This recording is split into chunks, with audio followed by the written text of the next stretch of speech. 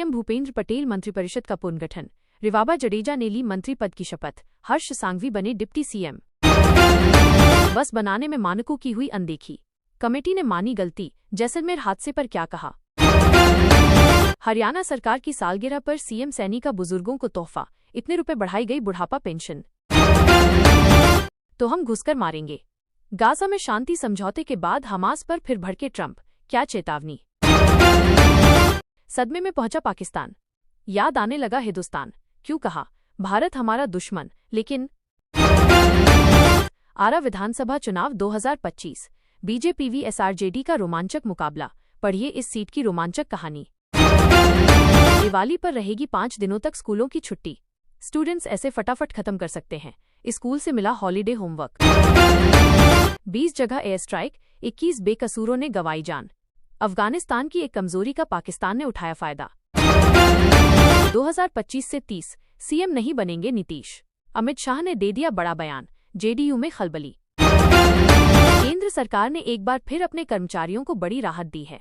Retirement के बाद pension पाने की प्रक्रिया को और सुगम बनाने के उद्देश्य से अब एक महत्वपूर्ण कदम उठाया गया है। दिवाली से पहले सीएम योगी का बड़ा तोहफा। यूपी के 28 लाख कर्मचारियों और पेंशनरों का इतने प्रतिशत बढ़ाया महंगाई भत्ता। समिति सदस्यता कार्ड वालों को ही मिलेगा खाद। 30 अक्टूबर तक बढ़ी तिथि। बीजेपी ने मैथिली ठाकुर को मैदान में क्यों उतारा। जानिए पार्टी की इस रणनीति के पीछे की इनसाइड स्टोरी। दिवाली से पहले 10.28 लाख छात्रों को योगी सरकार का तोहफा। बैंक खातों में भेजे 297 करोड़ रुपए। पाकिस्तान के पूर्व गृह मंत्री ने खोली मुनीर आर्मी की पोल। फजल उर बोले, हम जंग लड़ने की स्थिति में नहीं। अमेरिका ने तीर क्या फेंका, रूस ने चला दिया परमाणु बम।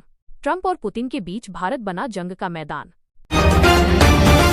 योगी सरकार प्रदेश में 69,197 आंगनबाड़ी कार्यकर्ताओं और सहायिकाओं की करेगी भर्ती। अफसरों को दिए ये निर्देश। उत्तर प्रदेश सरकार का बड़ा फैसला। रबी फसलों के लिए किसानों को फ्री मिलेंगे 5.5 लाख तिलहन मिनी किट।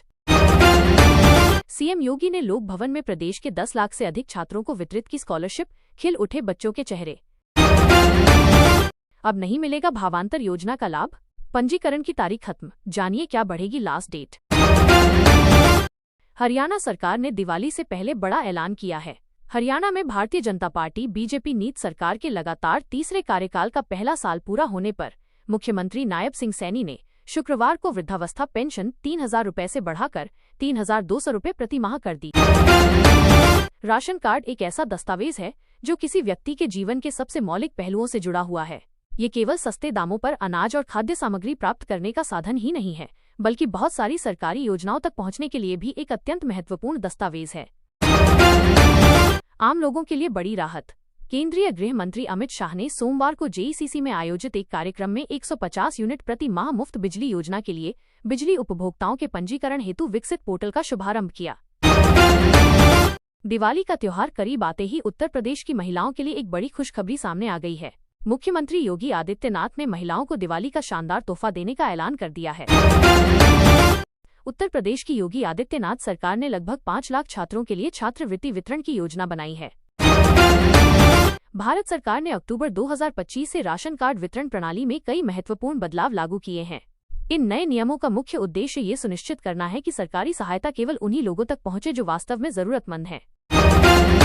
7 हरियाणा में बेघर और गरीब लोगों के लिए खुशखबरी। जमीन के साथ घर बनाकर देगी सरकार। सीएम सैनी की बड़ी घोषणा।